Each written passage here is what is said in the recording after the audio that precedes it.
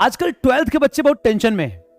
जब से कुछ कुछ न्यूज़पेपर में आया है कि नीट का पेपर इस बार पुराने टाइम पे ही हो जाएगा, मतलब मई या जून में हो जाएगा, तो वो सोच के बैठे थे कि पेपर बाद में होगा तो आराम से पढ़ेंगे, तैयारी करेंगे, टाइम तो है ही बहुत सारा भाई। आज करे सो काल कर, काल करे सो परसों करे, उसी मोड में बैठे थे। लेकिन अब टेंशन हो रही है कि यार 5-6 महीने में कैसे होगा। टेंशन इसलिए हो रही है क्योंकि इनकी तैयारी नहीं, दूसरों की तैयारी हो रही है। कुछ बच्चा 9th क्लास से ही कोचिंग करके पढ़ रहा है, कुछ 11th से पढ़ रहा है, कुछ 12th के शुरुआत से ही सीरियस था। अपन तो सीरियस थे नहीं। तो अब क्या होगा? अभी डरे बैठे हैं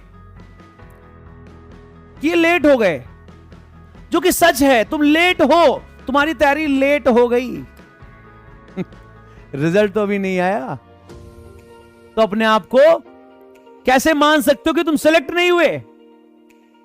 हाँ, ये मान लोगे तुम सेलेक्ट नहीं हुए तो तुम्हें 1 साल का ड्रॉप लेना पड़ेगा, और ड्रॉप लेने के बाद सिलेक्शन के चांसेस थोड़े कम हो जाते हैं। इस बात का भी ध्यान रखना। तो मैं अब से तैयारी करूंगा तो हो जाएगा 5-6 महीने में क्या? एक रीसेंट का एग्जांपल भाई साहब, इंडिया पाकिस्तान का मैच था। इंडिया के बहुत सारे विकेट गिर गए थे, विराट कोहली पांड्या खेल रहे थे, हालत बहुत खराब थी, इंडिया हार ही गई थी, ऐसा लग रहा था बहुत लोगों को, और बहुत लोगों ने मैच देखना बंद कर दिया था। लेकिन 2 लोगों को लग रहा था मैच अभी ऑन है, वो थे कोहली और पांड्या। आखिरी तक खेल रहे थे पूरी शिद्दत के साथ, मुस्कुराते हुए, लेकिन अंदर धक धक हो रहा था, लेकिन कंसंट्रेशन पूरा था।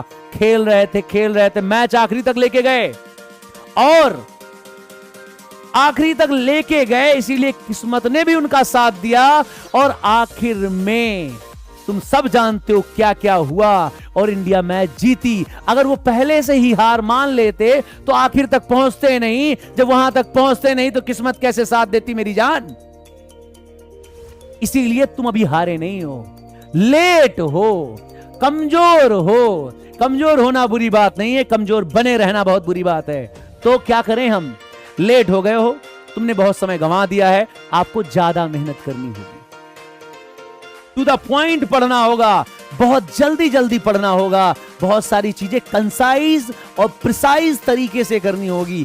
एक एक्सपर्ट गाइडेंस में चीजों को समझने होंगे, और चीजों को समझो कंसाइज तरीके से। इंपॉर्टेंट चैप्टर्स को समझो, सीखो, जानो और पढ़ो, और तुम भी फोड़ दोगे।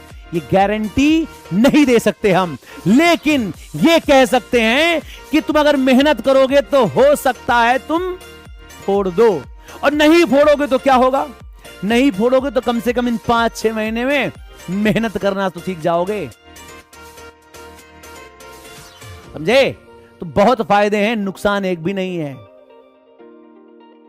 समझे? तो कुछ नहीं, कम से कम तजुर्बा ही हो जाएगा। चुपचाप अभी से ही ठान लो कि मैं आखिर तक जाएगा, जो होगा देखा जाएगा। इतना ही कहना था, बाकी तुम समझदार हो। लव यू जम से।